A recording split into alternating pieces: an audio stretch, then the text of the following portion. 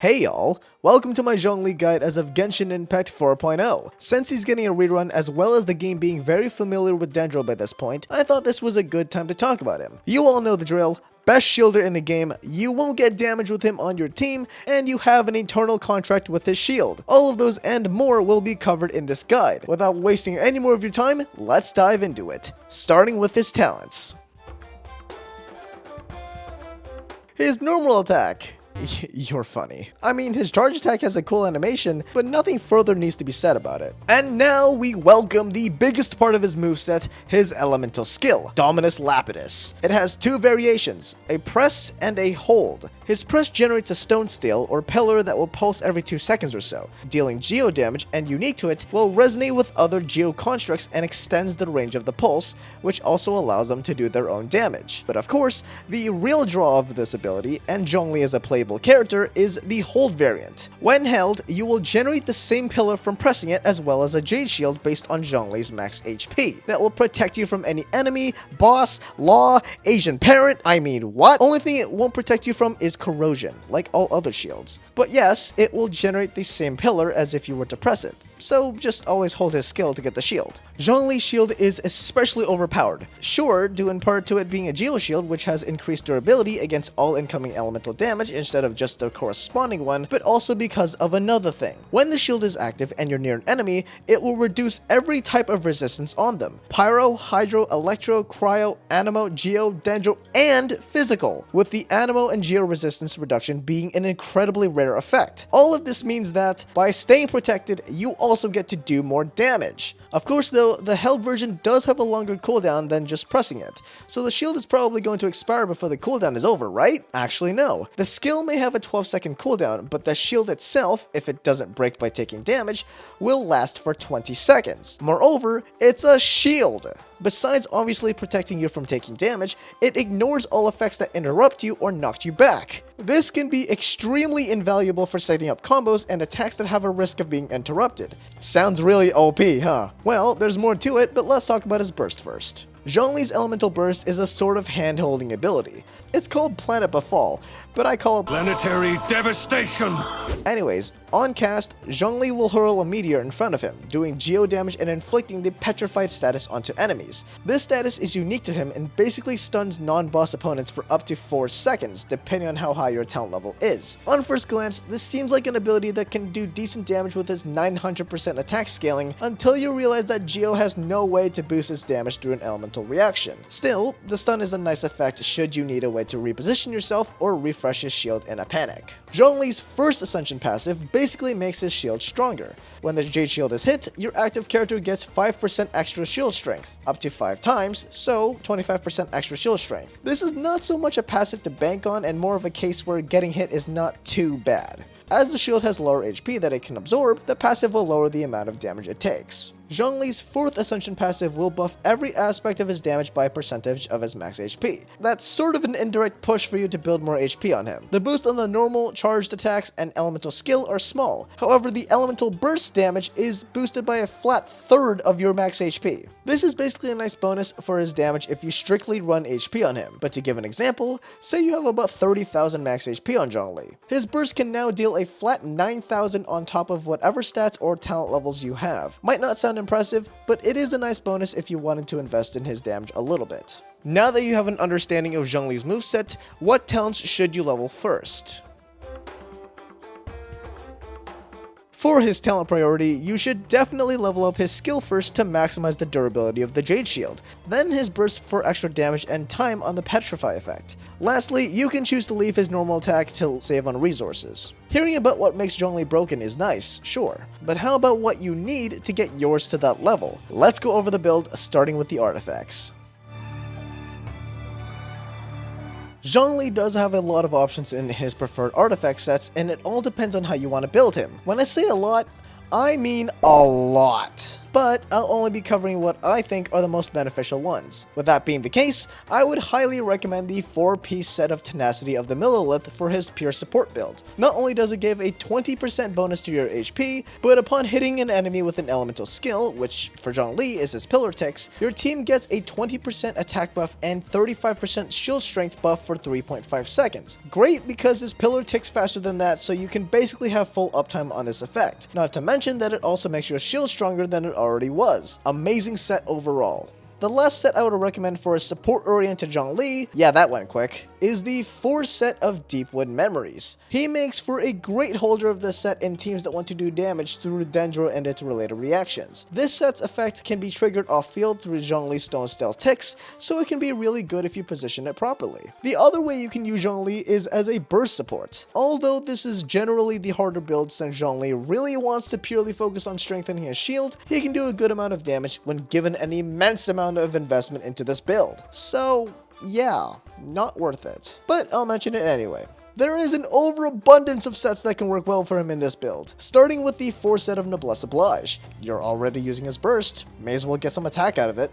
Pretty self-explanatory. Next up is the 4-piece set of Emblem of Severed Fate. More energy recharge equals more burst damage. I mean, he can use the set, but it's probably better on another character, especially if that character is Shang. Lastly, any mix of HP percent, attack percent, geo damage bonus, or burst damage percent sets will also do really well on Zhongli for his burst damage. This is the best way to go if you're strictly looking for his own personal damage to shine. So, those are some of the sets that Zhongli wants to have. If you want more options though, you can check out the KeqingMains written guide below the like button. Now that you've got a good idea of what sets Zhongli can use, what stats are you looking for on your actual pieces? Let's go through the main stats first. On his sands, Zhongli will want either HP percent or attack percent. They're both about the same as the other for his damage, but HP will be better for his shield durability. Moving on to his goblets, HP percent or geo damage bonus will be the best ones here. HP again for his shield. Geo damage bonus for, well, damage. Lastly, in his circlet slot, Zhongli will want either HP again or crit percent, whichever crit you have less of. HP, HP, and HP will be Zhongli's best set of main stats to maximize his support role. Not only does it make his shield tankier, it is also extremely easy to build because HP percent is one of the most common drops among main stats. Or, for his burst support build, you can choose to use either attack percent or HP for his sands, geo damage bonus for his goblet, and crit percent for his circlet. Pretty similar to how you'd build other characters for damage. In terms of your subs that focus on Zhongli, they're not too different from what you'd want on his main stats. For his support build, prioritize HP percent, then flat HP. If you choose to use Favonius Lance on him, which I'll cover in the weapons section, then you'd want some crit rate to trigger its effect as well. I didn't mention ER for this build since using his burst can be of little gain and for more time restrictive game modes can cause you to lose time. For his burst support build, you want to prioritize ER, since obviously burst support means that you want to be using his burst as often as possible. Then crit percent, attack percent, or HP percent. Even if the cost for Zhongli's burst is 40 energy, he doesn't generate that many particles for himself, so his energy requirement can be higher than it seems. I would recommend somewhere in the ballpark of 150 to 170% to have it up for most rotations. You've got your artifacts down, but what about the stick he's holding?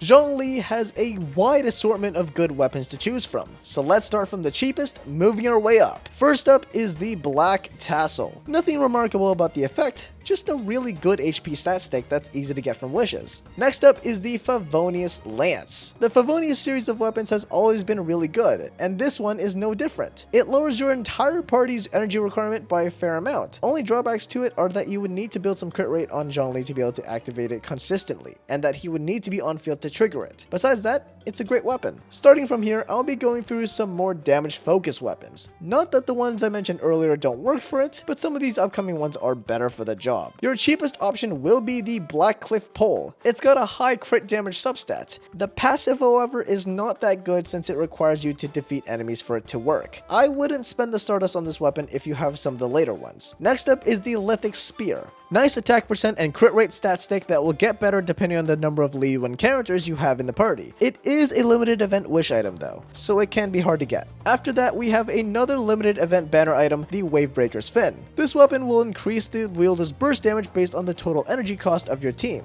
Speaking of energy, the catch is a great free-to-play option that you can get by fishing. Of course, if you have Shingling or Raiden, you should use it on one of them instead, but if you've got better polearms for them and want to run Zhongli on damage, it's pretty good. Last weapon of the 4-star category is Deathmatch, the first gen battle pass weapon. The high crit rate substat makes it extremely easy to build him for damage since you can focus more on his other stats. The passive on it is a bit hit or miss, but can still help him regardless. Let's go over Zhongli's 5-star options. Literally all of them are good with the exception of Staff of the Scarlet Sands. Most of these are great for his damage, but won't be bringing much for his support ability. Scoured Spine, Primordial Jade Winged Spear, Engulfing Lightning, and Calamity Queller are all great options. Zhongli's signature, the Vortex Vanquisher, is not so much his best, but it is decent regardless. Though I wouldn't recommend pulling for it. It's got an attack percent substat and boost shield strength for the wielder. In the effect, it has a further attack percent stacking passive on hit like the Jade Winged Spear, but will double that attack bonus if the wielder is shielded, which is great synergy with Zhongli. Not bad, but then there's the absolute best,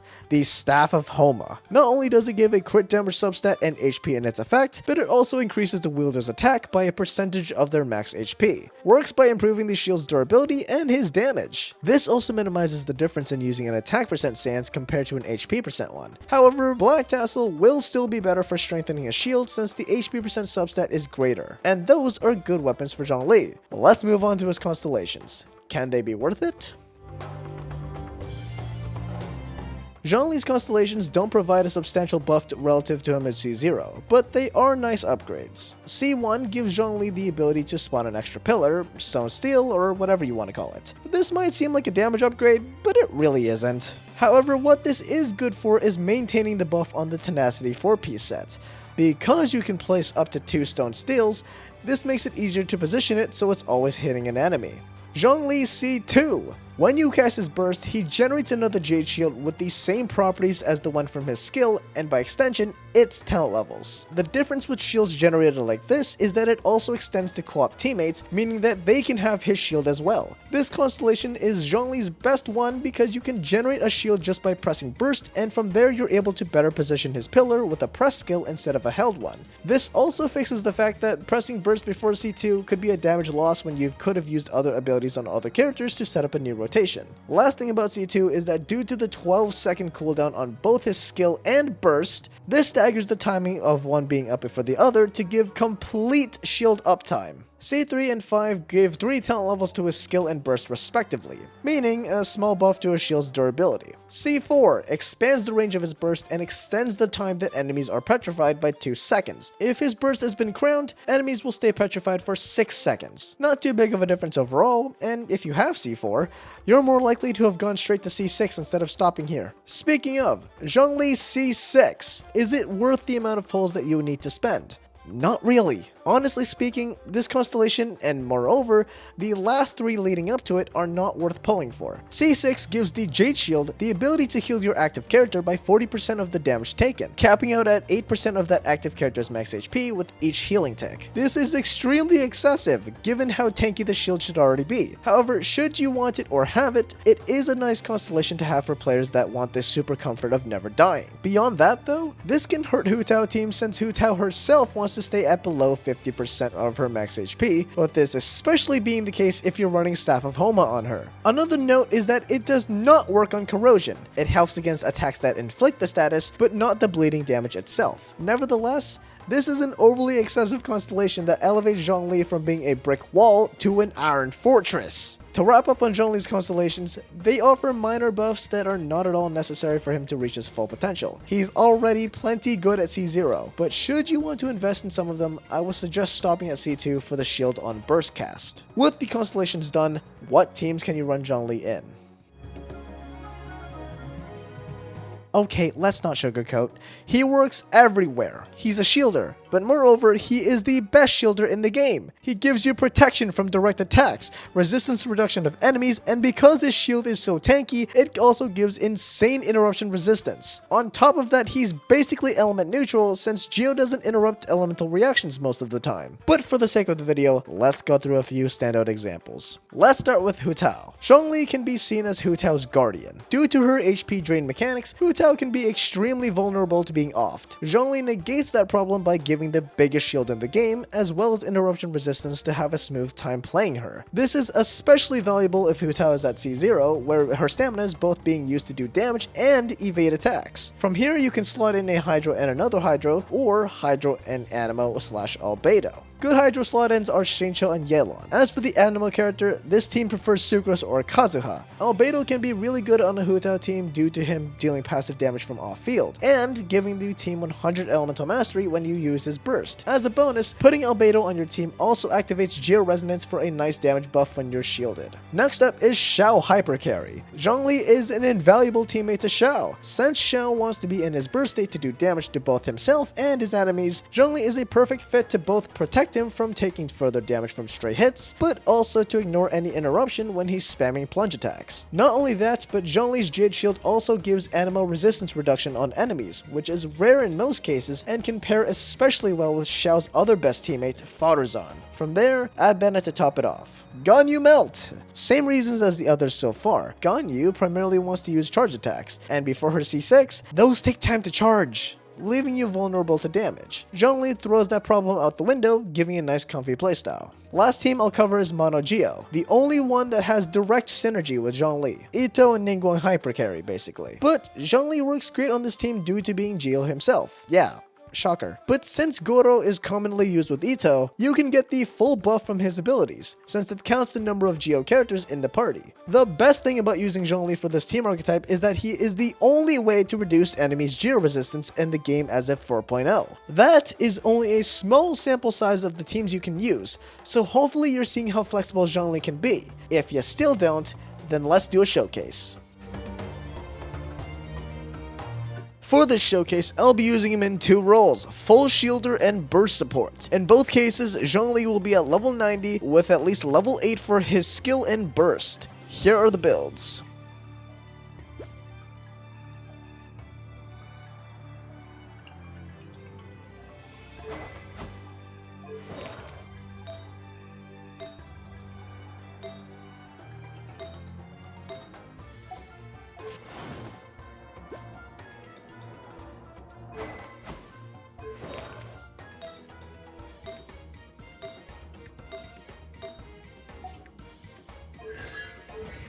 Without further ado, let's get into it. Roll the clips.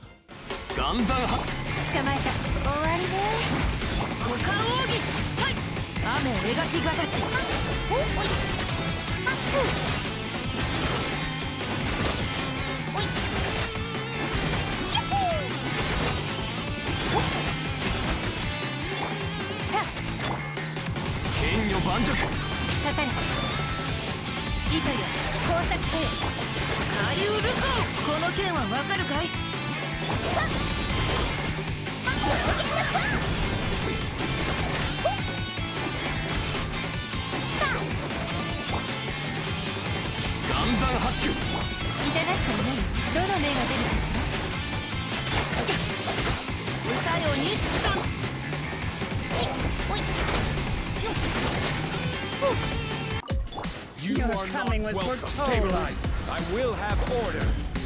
Nice spicy. Teamwork is dreamwork. You're toast. Access denied.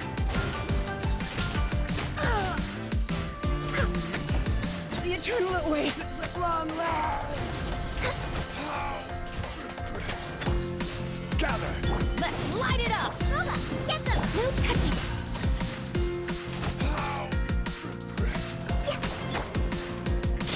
We go. Going in.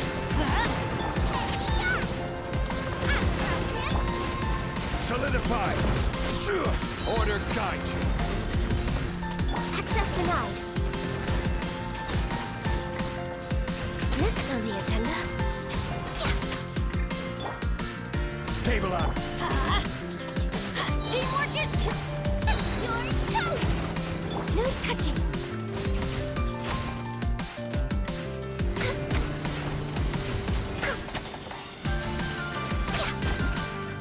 Stabilize. Oz, reveal thyself. Here we go. Time for takeoff. Midnight fantastic. Order guide you. Let's wrap up this video. Zhongli is an incredibly good comfort pick that can fit in any team. Is he a must pull? No. But he still has the tankiest shield in the game that is not limited by any energy requirement at all. To top it off, Zhongli is extremely easy to build and operate if you're going for a pure shield build. For more details, check out the KeqingMains Guide linked in the description below. Leave a like if you found this guide helpful. Thanks for watching, and I hope to see you back for another video. See ya.